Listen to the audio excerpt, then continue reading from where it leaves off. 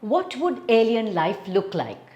In Socotra Island in Yemen, which was separated from the Arabic and African continents millions of years ago, over one-third of the island's plants, 90% of its reptiles, and 95% of the land snails are not found anywhere else in the world. And the crowning glory, the island's iconic dragon's blood tree, gives it a beautifully mysterious aura. Welcome to Kaleidoscope with Savithri Rodrigo, where stories matter. On the show today, Nilandan Nirudan, Professor Ajit Alvis, the Fansipan legend, market news, and the world's largest high-speed rail station. Kaleidoscope is on YouTube, Facebook, Instagram, and LinkedIn. Do join us, subscribe, and follow us for more. And we say a big thank you to our partners, SriLanka Life, CDB, and The Daily Morning.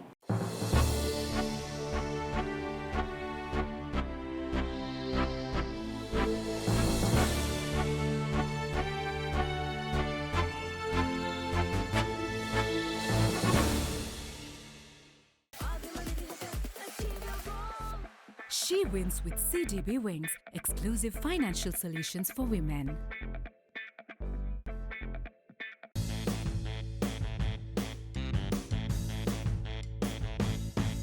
And we begin with CDB Snapshot, a quick look at the week that was. Good news, all three global rating agencies lift Sri Lanka's sovereign ratings out of default.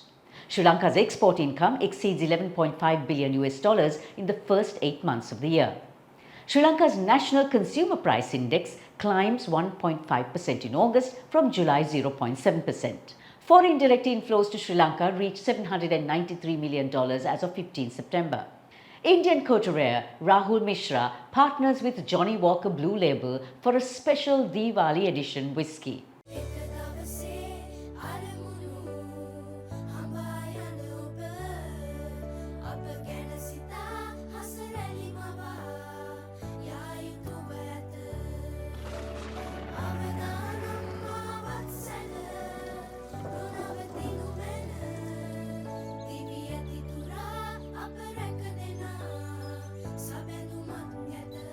You focus on your goals. We will take care of the risks. SriLanka Life.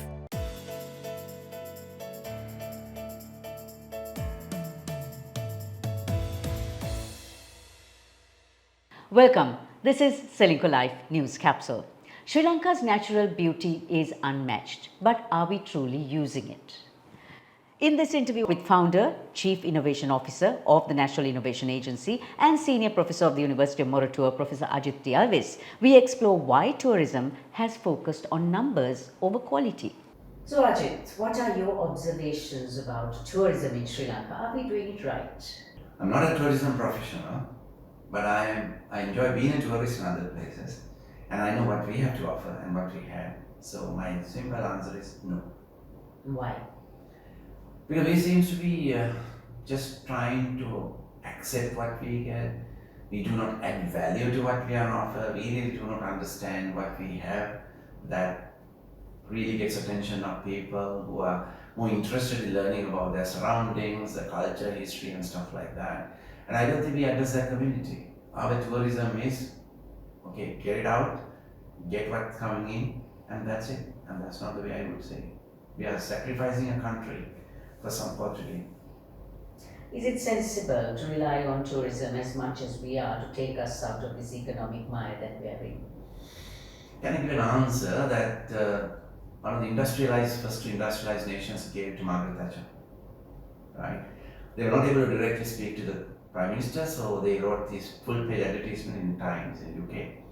He said there's not a well-fed, well-clothed, healthy population. You cannot get that situation by a service and tourist-based economy. So Sri Lanka's nature's bounty really is a market opportunity, you say, because we are actually not using it to the maximum. Given that for decades we have really not used that opportunity, what is stopping us? We are not also understanding the value of what we have, right? For some reason, we still figure out coming up as number one destination, the most beautiful island. Marco Polo said it, right? And we know we have this biodiversity, not just on the landmass, but on the outside as well, on the sea. So first of all, you must realize the asset value that you have. And that critical understanding is necessary. Then we need to position. Then we will definitely position in Sri Lanka for a different mindsets. That's where we have to change. So first understand. I mean, I see these countries like Costa Rica, right? They even stop the military. They decided, okay, fighting wars is not going to be a winner, and they're never going to equip something to be competitive with another army. So let's stop it. It's a useless exercise. Put it on a university. Put it on environmental improvements and preserving and exploiting what they have. In exploiting in the sense not wrong way, but in a sustainable way. And give it to the world, keep it for yourself, and ensure that it's shared for the future generation. That's what Costa Ricans did. And I think we have much better things to offer. Sri Lanka is constantly looking at tourism numbers, never in a qualitative sense, but always quantifying it in numbers. This is somewhat detrimental, I would imagine. Definitely. You see, I suppose our DNA is kind of made out of cricket and this election business. Every vote counts, so we have been counting. Every run counts, we have been counting. So we have been in this counting game rather than in the quality point of view. Right? So I would definitely argue against this talking about 2 million and stuff. I would look at really we did get tourists who really appreciate, value what we have to offer. And in turn they actually spend more. Right? It's not happening today. This numbers game is really bad. What do we need to do if we are to maximize on what nature has given us, and while at the same time add value to what we have? Well, first of all, we must remember that we should not try to run the economy with tourism. Let that happen because we are showcasing an asset that we have, and we are sharing a bounty that we have with the rest of the world in that way. So it's not like spending it, earning through that. That attitude needs to change. That will also ensure that we don't pursue quantity, we pursue quality. And we also must have a responsibility when we use them, that we must also preserve them for the future. So we must understand that responsibility. First, we must really have the healthy nature-based tourism and a nature-based accounting, a nature-based economy. And that's the world that requires us. Otherwise, 5-6 years down the line, climate will be too bad, too far gone for us to recover. And here's a look at our market this week. We start with oil. WTI holds steady at $63.50 US a barrel amid heightened US-Russia tensions and concerns over potential OPEC Plus supply disruptions. Gold surges from $2,624 US per ounce on January 1st to a record $3,773 today, a nearly 44% gain in just 9 months, with prices likely to climb further as a weakening US dollar and central bank buying fueling demand. Now, if you thought gold is where you should invest, think again. Sri Lanka's all-share price index reached a record high of 21,300 points, marking an 88% gain compared to this time last year. China now has the largest high-speed rail station on Earth. The Chongqing East Station is 5 times the size of Grand Central Station, covering 1.22 million square meters.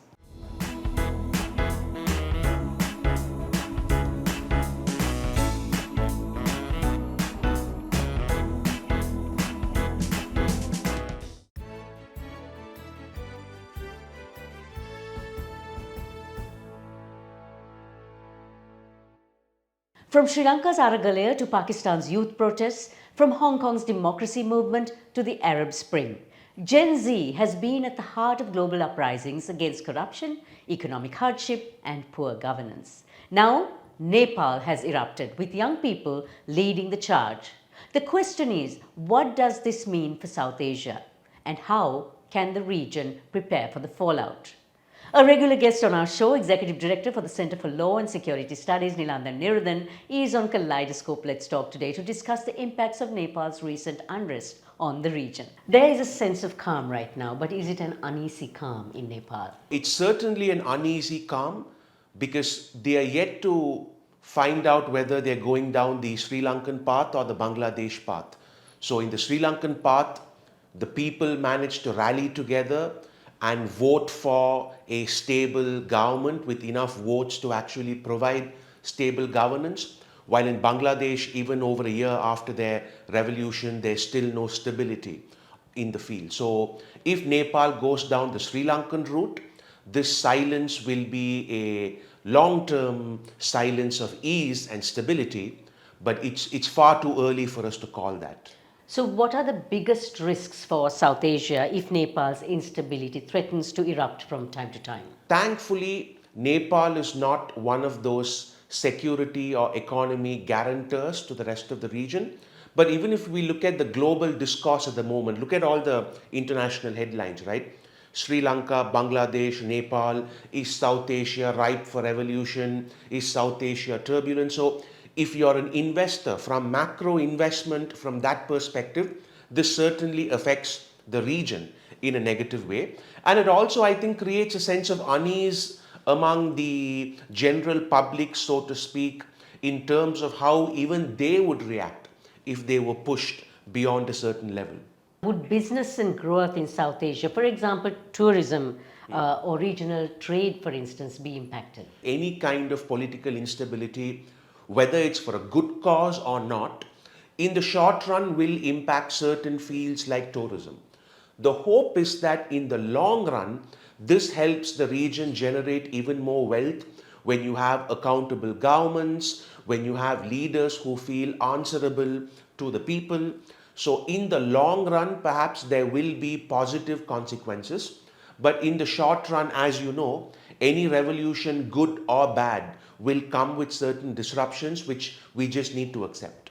How are India and China responding, and what is this doing to the balance of power in the region? As India and China try to somewhat patch up a few of their niggling issues, the one country that's exactly between the two becomes unstable, so there are lots of conspiracy theories.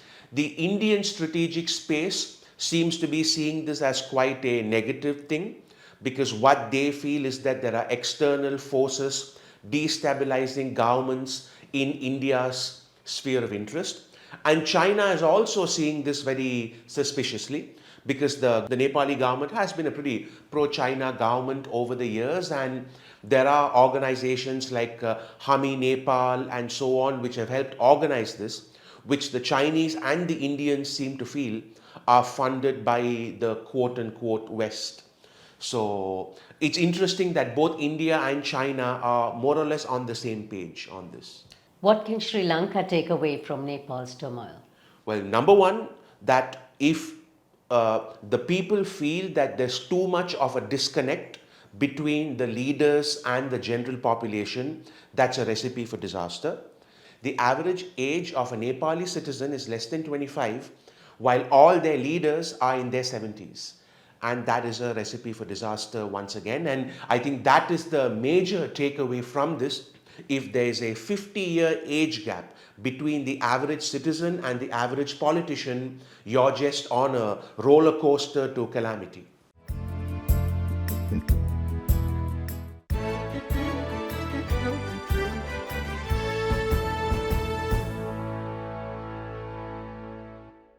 From the rice fields of Sapa to the very roof of Indochina, Kaleidoscope visits a record-breaking region, taking you up into the clouds this week.